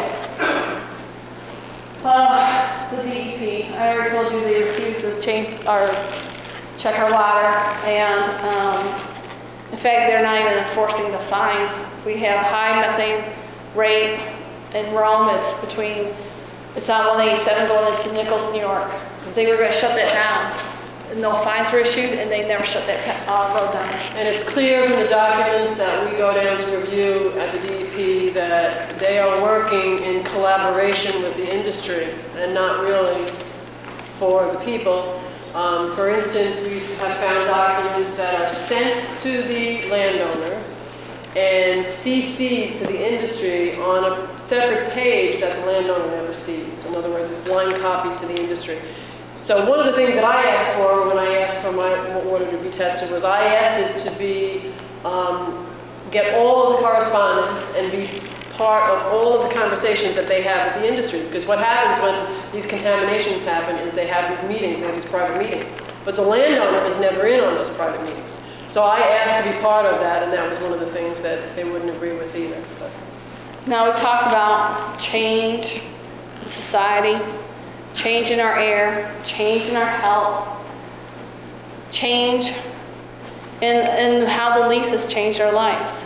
We signed 160 acres, $85 per acre, just for $13,600. All it was for a pocketful of change. That's all we got out of this. After all the costs were deducted from that, that's all we have left. All this change for a pocketful of change. There's State Representative Tina Pickett. She knows about my water. Senator Yaw, he knows about our water. He knows about Susquehanna. He knows about Hidden. He says, how do I know that's changed? We asked him to come to our house. He refuses. She refuses to acknowledge that there's any water that has changed. Carolyn said it was purple, it was blue, it's white, it's brown, it is black, and it is clear. All of it is contaminated. You could taste it, you could smell it, you can feel it in your body. You watch your babies leave, you watch your babies get sick. All of that changed because they lined their pocket for change. And that's the end of our story. The next thing is, how many of you guys watch Carolyn? Because I wanted to discuss that with you guys. Can we ruin that for you just a little bit? Okay, next. Counseling. I'm only going to tell you about the ending. Then you guys can watch the beginning. At the end, you'll see where the guys putting out posters with all those dead cows. What they want you, and the gas company wants you to think about is how the layman operated. Yes, the layman operated that way. The one thing we could not connect with the movie was the community outreach. The community worked together, not in our area. Usually in all the other states and the other people that we've met, they separate you, and then they can conquer you. get you to sign these other agreements. But at the end, they showed those dead cows. That was a true case. That was 19 cows that died. Schlumberger was drilling on the Chesapeake well. It overflowed. The rain ran into this pasture. They died. They bled out, and they had foam in their mouth. Guess what was the cost to Schlumberger and Chesapeake? The fine was only $22,000 for each company. That was it. And then there was a non-disclosure agreement. There was a settlement between the landowner and the gas company, but I don't know what that is. So think about that. Promised Land, I was happy about it. I was hoping that it would create talk amongst the people. Hopefully you guys would like to come on down. We would take you around. If you want to drink my water, you're more welcome to. So we have about 10 minutes, and so how about we stand up? You guys you want mic? I think people can hear me. Both of you are dairy farmers. Yes. Assuming you've been farming before fracking and after fracking. Yes. My question is, what change have you seen in milk production, herd health, calving, crops? High somatic cell count, we see. I've had a really hard time in breeding right now. But of course, like you know, there's a lot of variables. So how do I pinpoint it on the water? I don't know. But we have sold a lot of cows. We just couldn't get rid. We never had that problem before. How about production and counting? The farm numbers, cow numbers? Cow numbers are down because there's been a lot that have been sold. Production, we haven't really studied that yet. Well, the thing is kind of hard because how the cow has been in lactation forever, and so she's not going to produce like she did when she first fractioned. So my production will be down. But if it was a cow fractioning, you know, it's hard to say. But I know a farm, it's in the southern part of Bradford County. They have had cows there for over 2 years that have not been bred. They cannot get bred. Their water is black. They're on a filtration system. And they look like they have worms. They're all rough coat, very thin, and it's not as if they're not feeding. But this guy is a 93-year-old guy. He promises his dad he's a single old gent, and he has a couple of guys that help him out. And so the operation will continue just like it has before.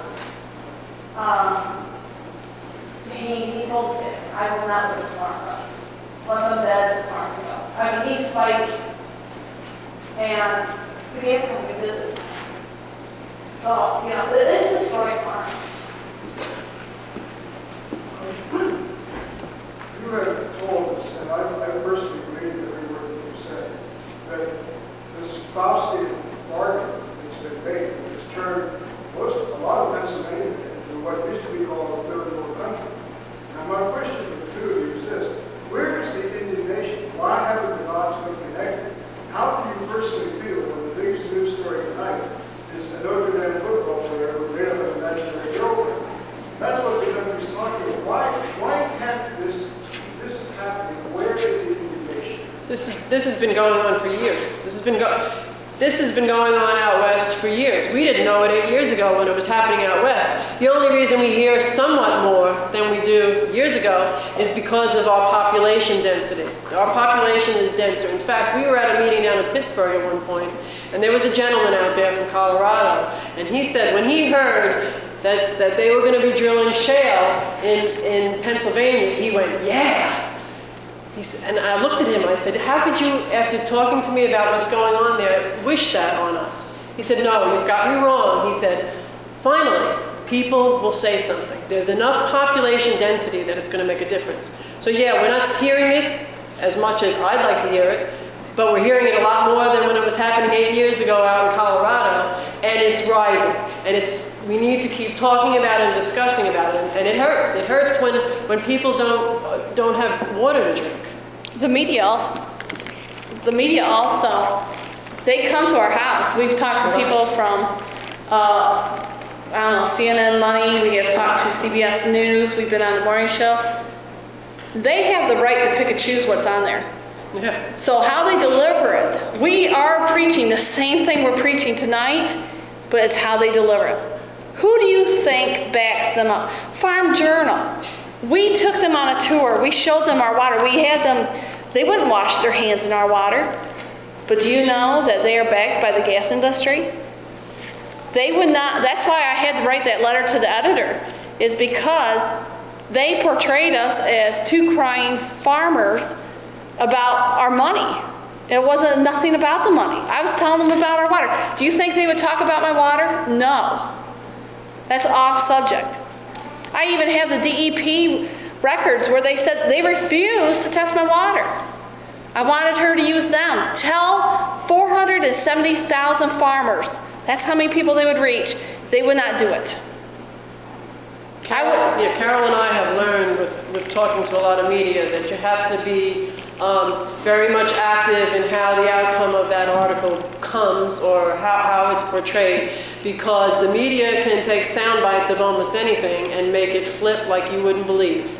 And they will do that when they get back. In fact, we had one gentleman he was aghast at what was going on, but when he got back and that went to the television, it was like it was a different person. He had flipped everything around, and he actually lost his job.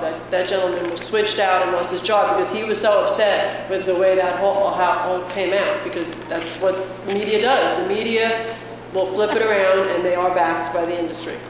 I do believe the CBS morning show, when they came out, they had a director that wanted to focus on fracking. They wanted to focus on the water. They wanted to focus on the mechanics lien and what you guys were losing. They were fired. If you noticed, the whole morning show has a whole new face now. They were really going to concentrate on fracking. So it's the media. That's all I can tell you. You know, this doesn't follow to what the gentleman over there was saying. The stuff's going on there, to me, seems polluted, right? I mean, the oceans are going to be polluted eventually. Why, you're talking about over there, why isn't there an appeal and an outcry from Harrisburg, which is downstream?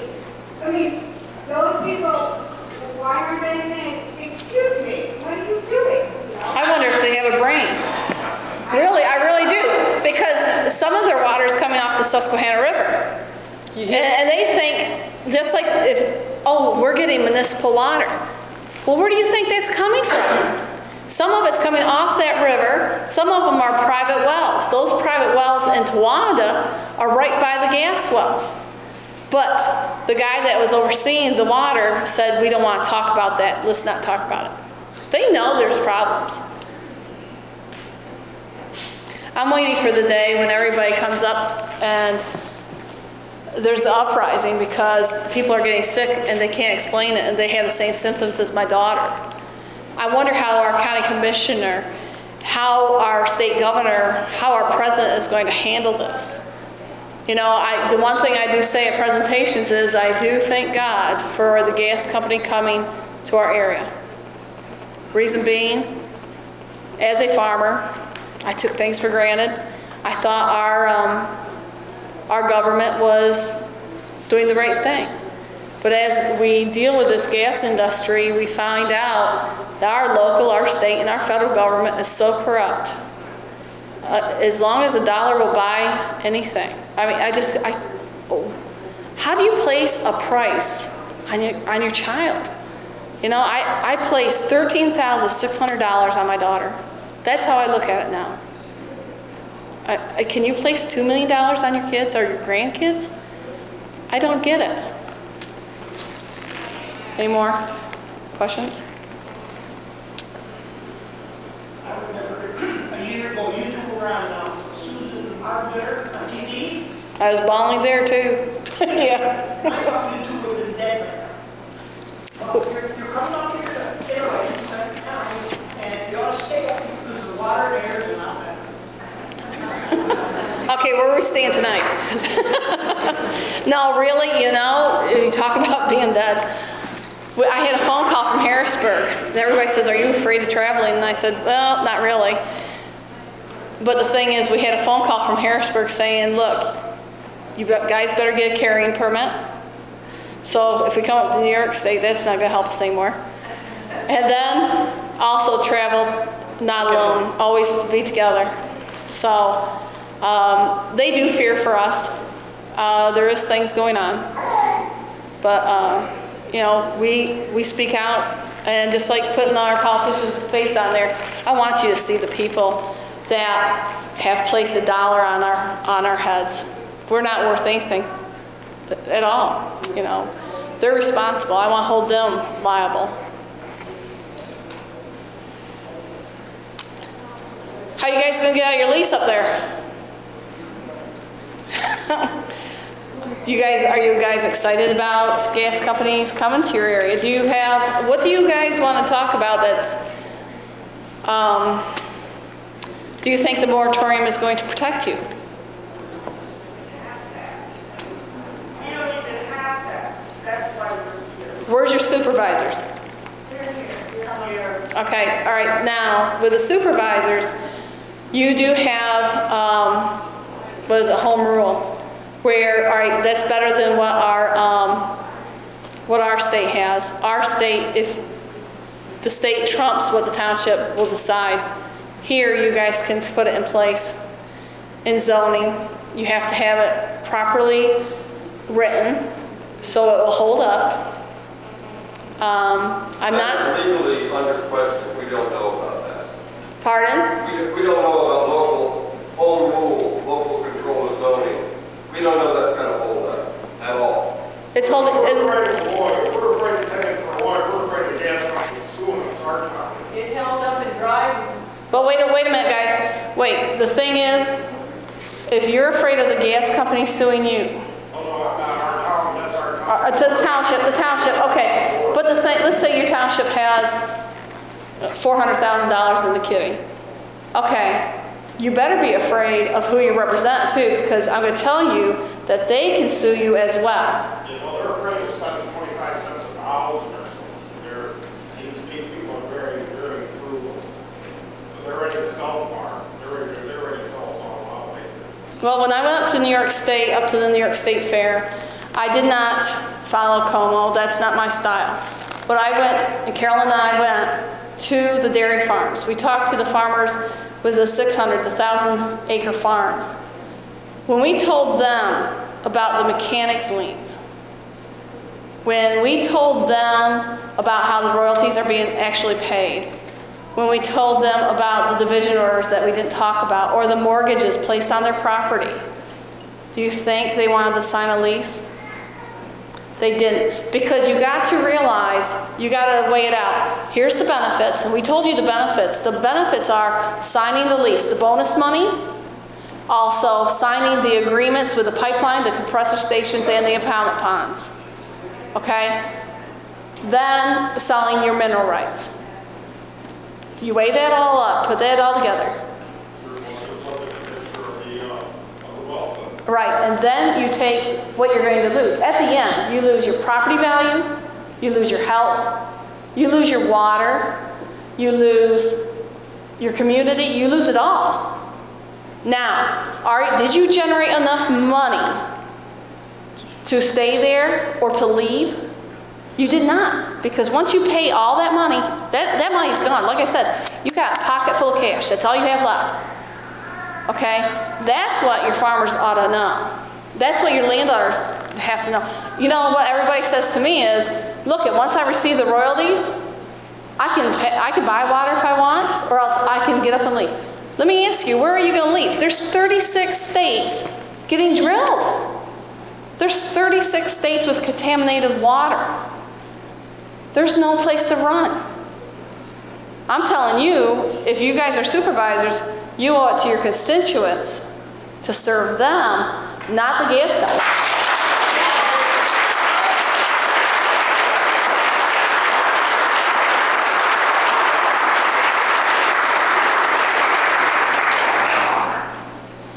And I'm sorry if I put the supervisors on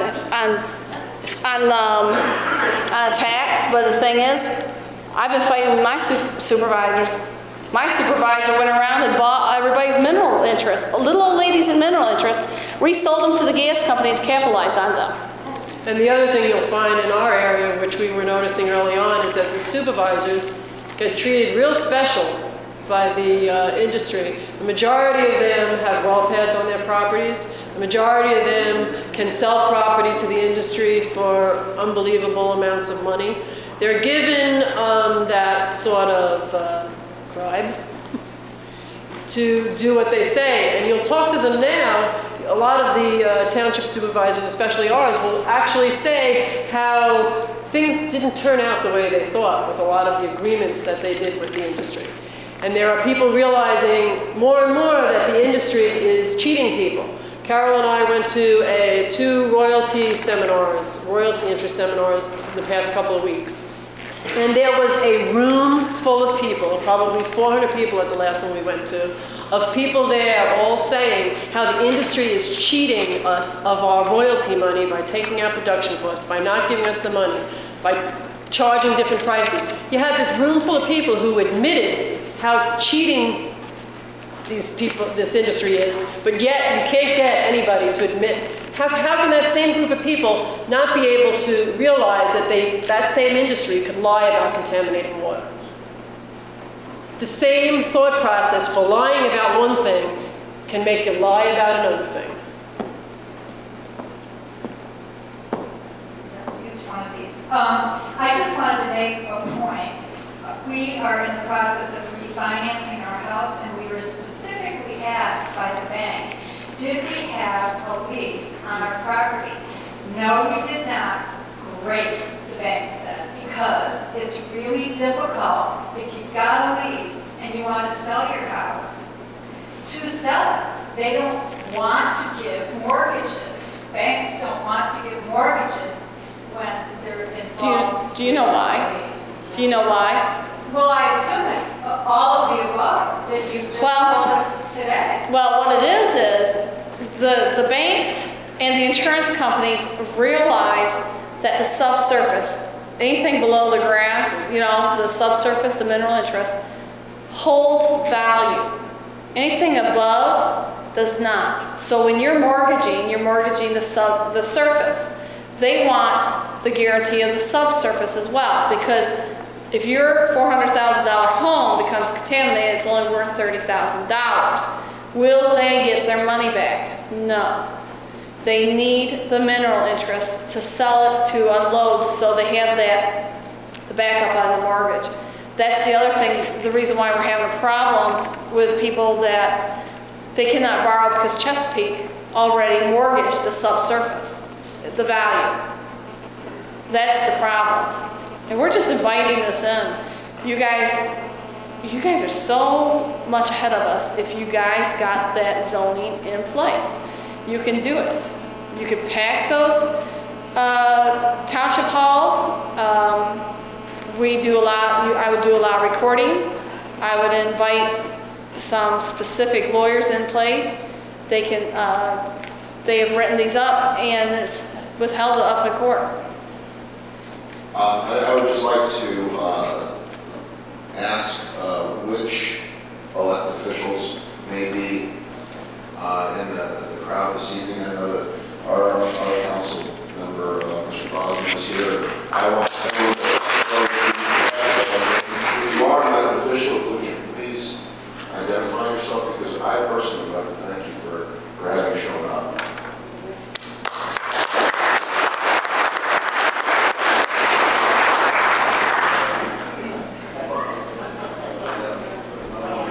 Okay, we're going to probably do one or two more, then we got to really book. I just have a quick thing. I'm not sure your purpose.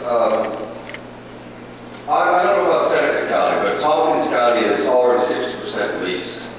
So if your purpose is to get us to prevent people from leasing their land, you're too late. No. But secondly, do you have compulsory integration in Pennsylvania? No. Not yet. Well, we got it here, unfortunately. Yep. You know what it is. Yes. So all the power and all the money lies in Chesapeake, Cabot, Schlumberger, all of it.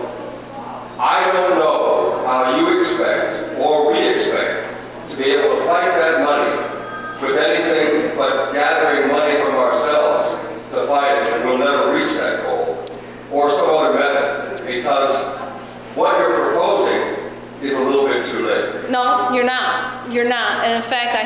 my neighbors, and it makes me sick. Because one, yes, I don't care if you're leased or not, and I don't care if you have compulsory integration. Because you do not have to sign the pipeline agreements, and I want you to understand what your lease is. I haven't leased anything, and I don't intend to. Right. Just saying, you got 60% of the land. Right. You still have control. You have control, and another thing is you better know your rights. Because that's the whole purpose of this, is understanding what your rights are. So you know. Look at Chesapeake is not on our property. Chesapeake is bailing out. Why do you think Chesapeake is not drilling in Bradford County right now? It's not because gas prices are low. They sealed the leases. They don't need to do it anymore. All they need to do is seal the leases, sell those shares to the dummies on Wall Street. They have to say, okay, we own this many leaseholds.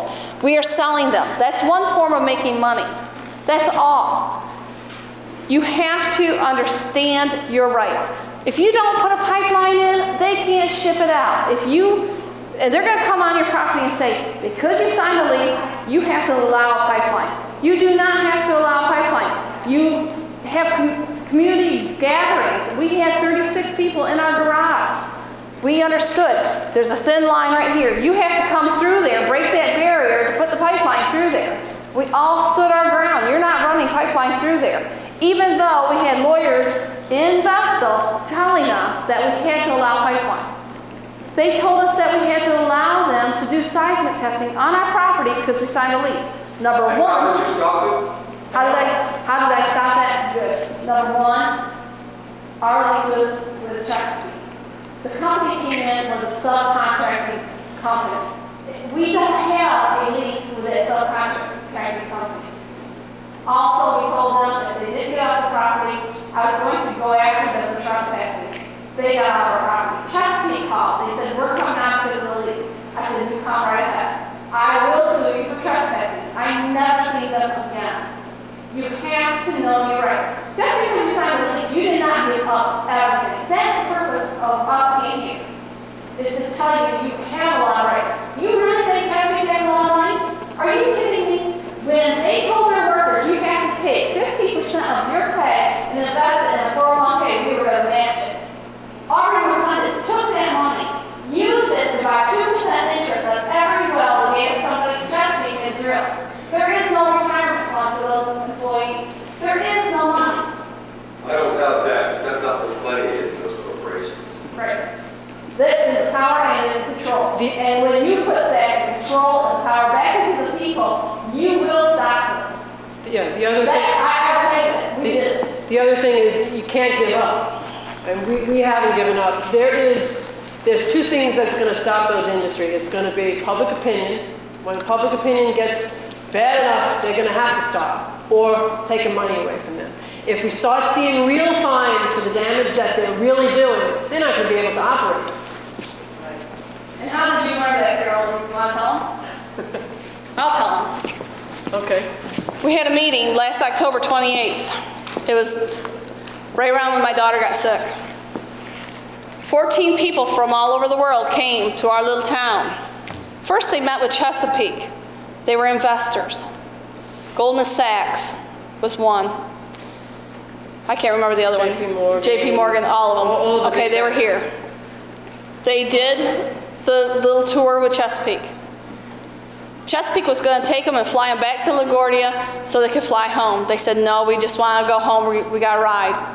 They met with us. We showed them everything we showed you guys. In fact, we showed you a lot more.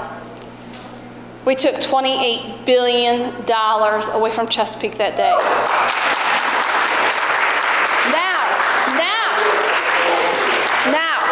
Now, the other thing is I got an email later on, 1 week later. She says, how you stop Chesapeake is by public opinion and by taking their money away. I took some of their money away. That's what we did. And we're getting public opinion. You guys have to stick together. You have to understand that. The other thing that you have to realize is most of these companies are public companies. And these public companies have shareholders. And whether you believe it or not, those shareholders, some of them really care about what goes on. And when you get to those shareholders and you make them really understand what's going on and what these companies are doing to people, That's going to change. And if those shareholders change, it's just like a big wave. And the bigger it gets, the further they're going to get away. And we can't give up. We have a special message. I just wanted to say, we have a petition asking the board of the town of Covert to ban fracking in this town. And if you live in Covert and haven't signed that yet, we've got petitions out in the hallway. Thank you. Could you please sign? And also, you guys, get a lawyer that understands the language. You have to have the proper language in there, just like your proper language in a lease. You know, everybody down in our area said, well, we paid the best money. We have a good lawyer. You have a land coalition going on up here. I think it's 30,000, 40,000 people in this coalition.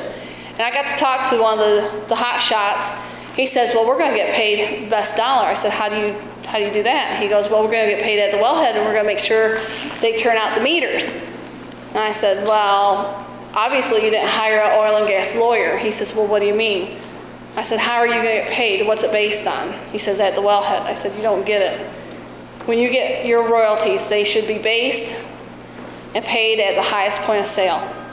In other words, that means you receive your royalties whether the gas is hedged, whether it's sold overseas, or China is paying $18 MCF. Hedging price is $6. At the wellhead, it could be a commodity price of what, $3 or 40 some cents. It could also be at the market price on the pipeline. You have to understand that language. When I got done talking to Mr. Vic Furman, which is with Energy in Depth, he understood where I was coming from. He understood that he didn't even have an oil and gas lawyer. I knew more than his stupid lawyer, because we went through this. Until you guys go through this, you don't understand what's going to happen here. You have to really live it. And I mean, just what, an hour taking you through in our shoes? I mean, come on down and live with me for a month. That's why I told Energy in Depth, come on down and live with me for a month. They won't even live in my house. They won't even have a shower in my water. Come on. So, you know, I hope the elected officials do the right thing. I hope you guys do the right thing by signing the petition and protect yourselves. And I think we're time to go. Is it snowing?